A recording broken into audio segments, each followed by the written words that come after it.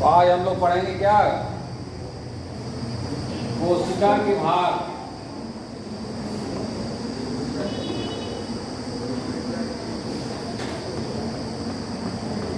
यही ना पिछले क्लास में पढ़ रहे थे। हाँ, तो पहला हो गया था कोशिका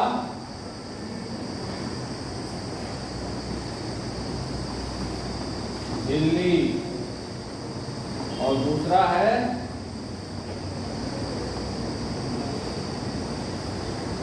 कोशिका द्रव्य और तीसरा क्या है, केंद्रक। तो कोशिका द्रव्य में बताए थे कि विसरण क्या होता है, परासरण क्या होता है, बताया था कि नहीं। विसरण परासरण दो नेचुरल प्राकृतिक प्रक्रियाएं हैं जो हमारे चारों जीवों और उसके वातावरण से मटेरियल का ट्रांसफ़र होता है। ठीक है, तो विसरण में किसी चीज़ का ट्रांसफ़र हो सकता है और परासरण में केवल जल इन्वॉल्व है और बीच में एक मेम्ब्रेन भी है। तो ये दोनों चीज़ें अगर शामिल हो परासरण में, मटेरियल या जल के ट्रांसफ़र के लिए एक माध्यम से दूसरे, या कह सकते हो कि अधिक सांद्रता से कम सांद्रता की तरफ, तो उसे कहते हैं परासरण। परासरण कई बार एग्जाम में आया भी है, ये ऑस्मोसिस या परासरण लिखिए, ये क्या होता है। तो ये सब हम लोग पढ़ लिए थे। आज हम लोग पढ़ेंगे केंद्रक, जो कोशिका का सबसे बड़ा भाग है। और अगर कोशिकांग की चर्चा की जाए, कोशिकांग के बारे में बात की जाए, या कोशिका के अंदर पाए जाने वाले विभिन्न प्रकार के इसके छोटे छोटे कोशिकांगों की बात की जाए, तो केंद्रक एक सबसे बड़ा कोशिकांग है। केंद्रक से बड़ा कोशिकांग कोई नहीं है। दूसरी बात कि सामान्यतः सभी कोशिकाओं में केंद्रक पाया जाता है, सभी को, कुछ एक्सेप्शन है। अब सभी कोशिकाओं में एक ही पाया जाता है या अधिक पाया जाता है। तो कुछ कोशिकाएं ऐसी हैं जिसमें एक से ज़्यादा केंद्रक पाए जाते हैं। जैसे हम लोगों का जो मसल सेल है, स्केलेटन, अब ह्यूमन बॉडी में 3 तरह की मसल्स हैं, उसकी संरचना के आधार पे उसको डिवाइड किया गया है, बांटा गया है 3 तरह की मसल्स। तो एक तो जो स्केलेटन से लगी हुई है, बोन से लगी हुई, बोन से चिपकी हुई है, ठीक है, एक तो वो मसल्स हो गया।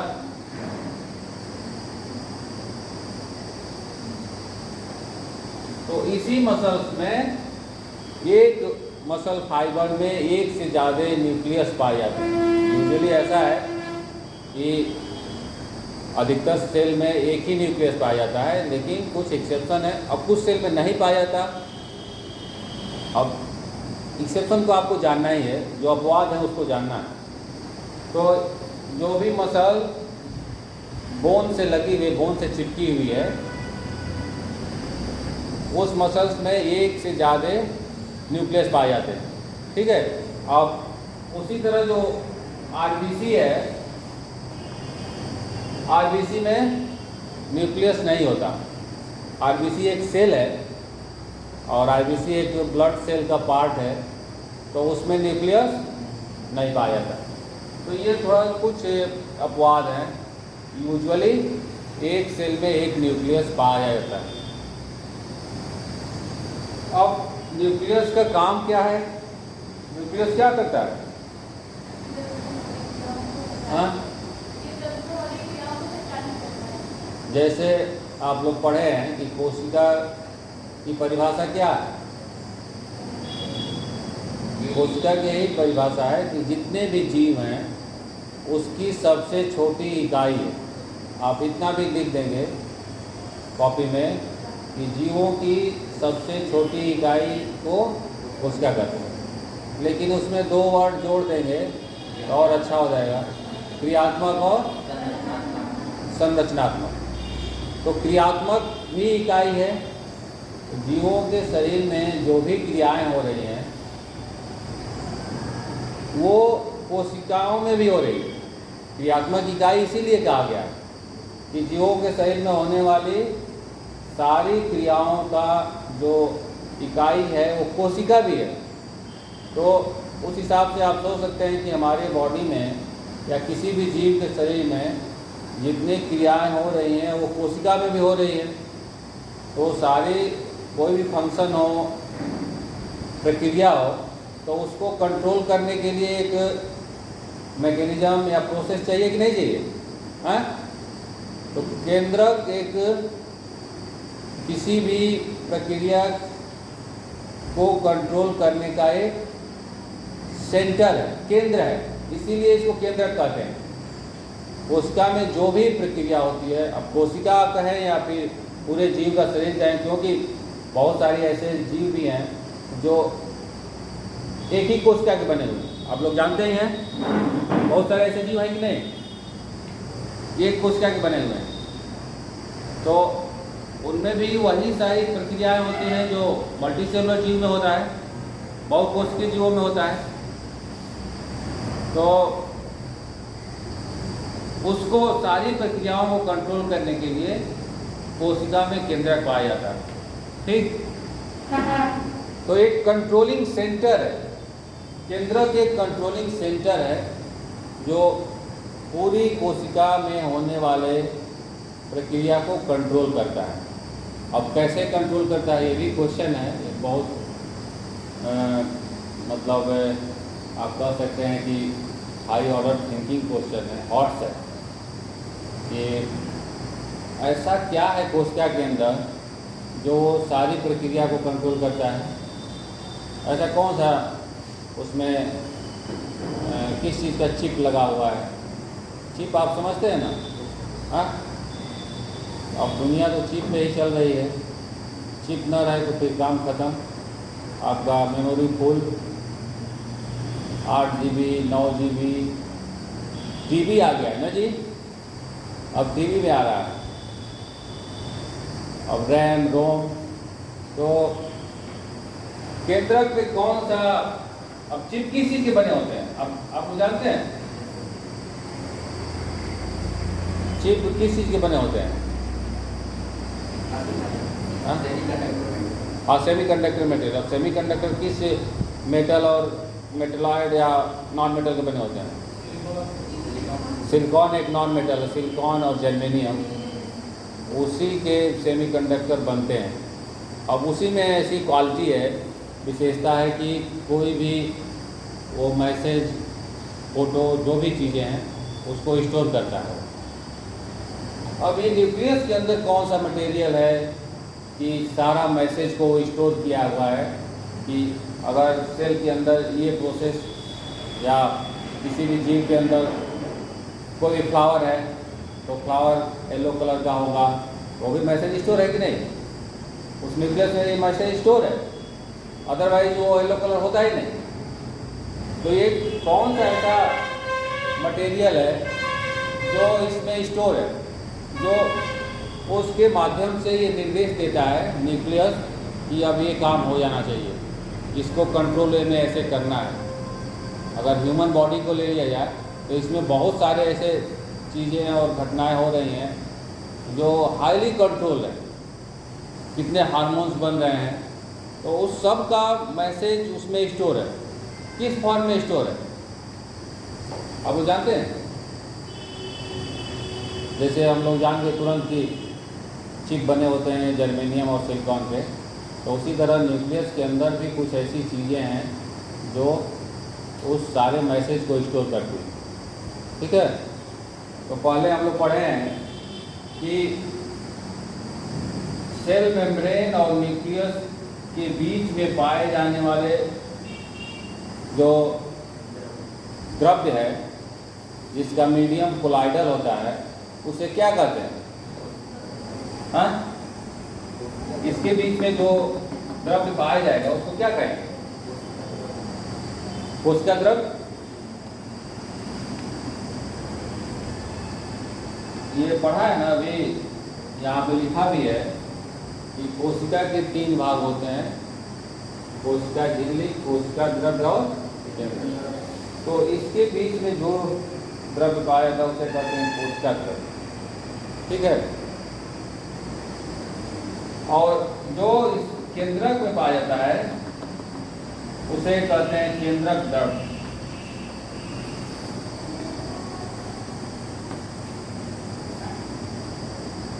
अब ये हो गया कोशिका द्रव्य, ये हो गया केंद्रक द्रव्य।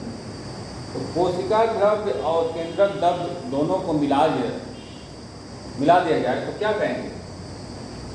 ये पिछले क्लास में हम नहीं बता पाए थे, भूल गए थे। दोनों को मिला दिया तो इसे क्या कहेंगे? इसे कहते हैं प्रोटोप्लाज्म।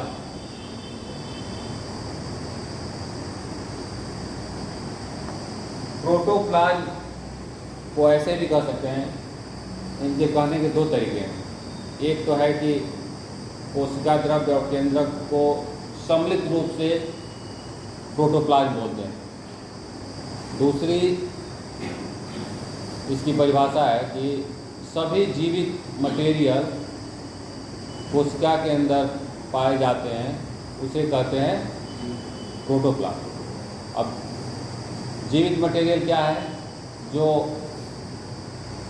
जीवित होने का कैरेक्टर रखता हो, वही ना जीवित है, जिसमें ग्रोथ हो, मल्टीप्लिकेशन हो, एक्सक्रीशन हो, रेस्पिरेशन हो, ये सब चीज़ें जिसके पास हो तो वही जीवित है। तो आप 2 तरीक़ों से आप कह सकते हैं कि प्रोटोप्लाज्म किसे कहते हैं। एक तो कोशिका द्रव्य और केंद्रक को संयुक्त रूप से प्रोटोप्लाज्म कहते हैं। दूसरा कि सभी जीवित मटेरियल को प्रोटोप्लाज्म बोलते हैं। प्रोटोप्लाज्म का टर्म फर्स्ट टाइम दिए कौन? एक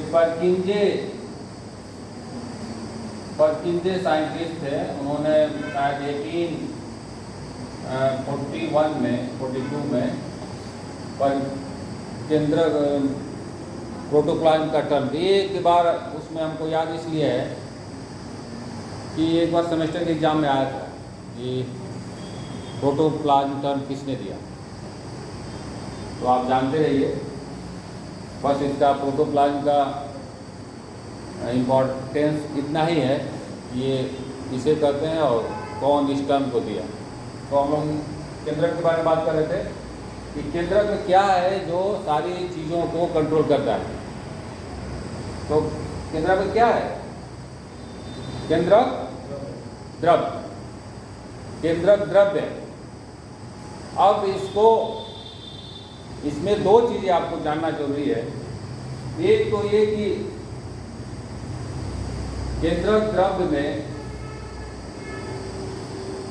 इसका जो नेचर है, एसिडिक और बेसिक के सेंस में इसका नेचर एसिडिक होता है केंद्रक द्रव्य का। फर्स्ट टाइम इसको एक फ्रेडरिक मिशर 1869 में बताए थे कि केंद्रक द्रव्य एसिडिक मीडियम है। तभी से इसको कहे जाने लगा कि न्यूक्लिक एसिड। पहले इसको जानता नहीं था कि ये एसिडिक है बेसिक है, तो उसको न्यूक्लिक एसिड कहा जाने लगा। तो केंद्रक द्रव्य और न्यूक्लिक एसिड एक तरह से सिमिलर टर्म है जो केंद्रक में पाए जाते हैं। अब आप जानते हैं कि न्यूक्लिक एसिड कितने टाइप्स के होते हैं?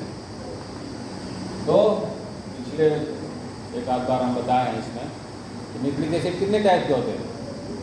2 प्रकार के होते हैं, डीएनए और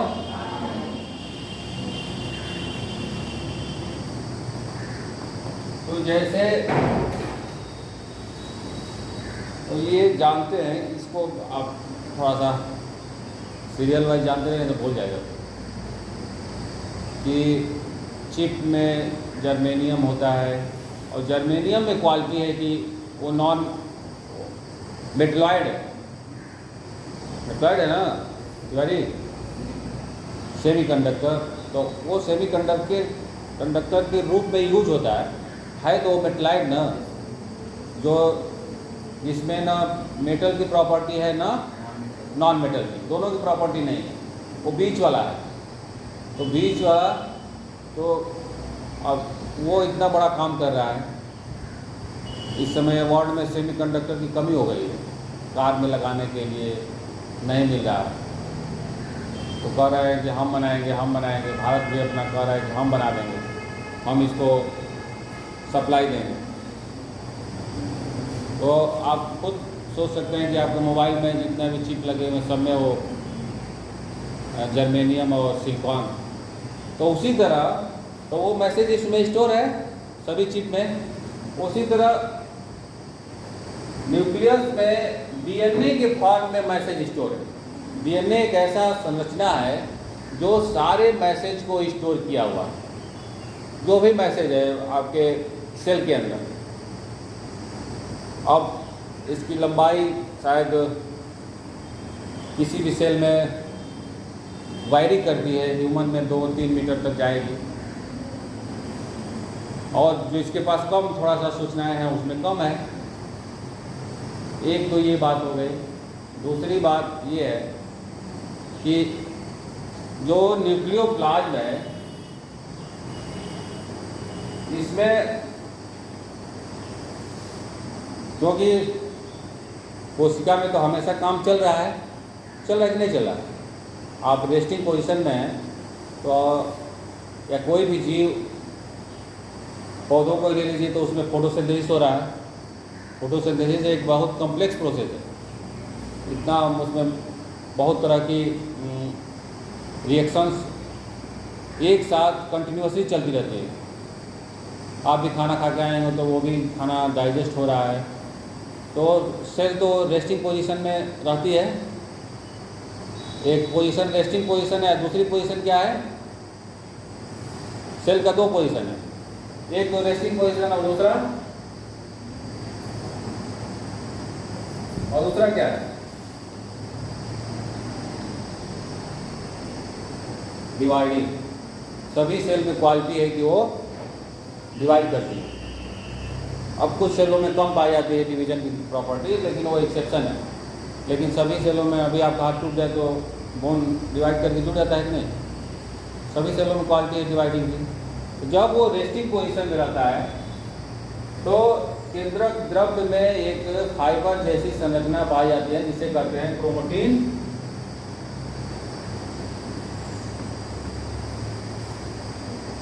क्रोमैटिन फाइबर,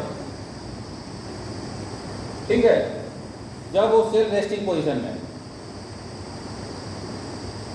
जब इसको डिवाइड, क्योंकि डिवीजन तो सब में, सबकी बॉडी में हो रहा है, सेल बन रही हैं, सेल डेड हो रही हैं, एक कंटिन्यूअस चल रहा है। पृथ्वी पे सबको मरना है कि नहीं, ये तो यूनिवर्सल ट्रूथ है। जब तक अर्थ मूव कर रही है तब ये तो उसी हिसाब से सेल भी डेड हो रही है, तो डिवाइड होगी तो डेड होगी ही। तो रेस्टिंग पोजीशन में जो भी न्यूक्लियस के अंदर मटेरियल है वो क्रोमैटिन फाइबर के फॉर्म में होता है। क्रोमैटिन फाइबर में एक डीएनए और आरएनए होता है। इतना समझ आ रहा है ना? जब वो डिवाइड करने लगती है तो डिवाइड के समय सारा जो न्यूक्लियस के मटेरियल है वो एक सेल से दूसरे सेल में जाना है एकदम एग्जैक्टली, मतलब वही, क्योंकि मैसेज है, मैसेज इधर उधर हो गया तो पता लगा आपका इंसुलिन ही नहीं बन रहा है। ऐसा हो कि नहीं हो? बहुत सारे चीज़ें बदल सकती हैं क्योंकि वो मैसेज स्टोर है। तो एग्जैक्टली इसको एक सेल से दूसरे सेल में जाना है। जब डिवाइड होती है तो उस पहुंचने के क्रम में ये सारा जो क्रोमैटिन फाइबर है वो एक कंडेंस हो जाता है, और वो कंडेंसेशन